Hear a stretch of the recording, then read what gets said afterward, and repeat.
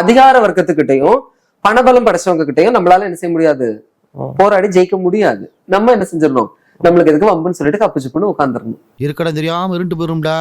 அதுதான் இப்ப நடக்குது. ஓகே, இது ரொம்ப ஷாக்கிங்கான, இது உண்மையிலேயே நடந்த இதை விட நிறைய ஷாக்கிங்கான விஷயங்கள் எல்லாமே இருக்கு. ஓகே, ஒன்னு ரெண்டு சொல்லுங்க. ஏன்னா இது நிறைய பேருக்கு ஒரு அவேர்னஸா இருக்கட்டும். இது நீங்க இத வந்து காமன் பீப்புளால இத வந்து கொஞ்சம் அக்செப்ட் பண்ணிக்கிறதுக்கு கொஞ்சம் நாள் எடுக்கும். ஆனா அவங்களே ஒரு டீச்சரை போய் சந்திச்சாலோ இல்லன்னா அவங்களே நாளைக்கு அந்த மாதிரியான ஸ்கூல்ஸ்ல போய் அனுபவப்பட்டாதான் அதை என்ன பண்ண முடியும். இது வந்து இப்போ நீங்க வந்து உங்களுக்கு ஒரு இன்ஸ்டாகிராம்ல உங்களுக்குன்னு ஒரு ஃபாலோவர்ஸ் இருக்காங்க.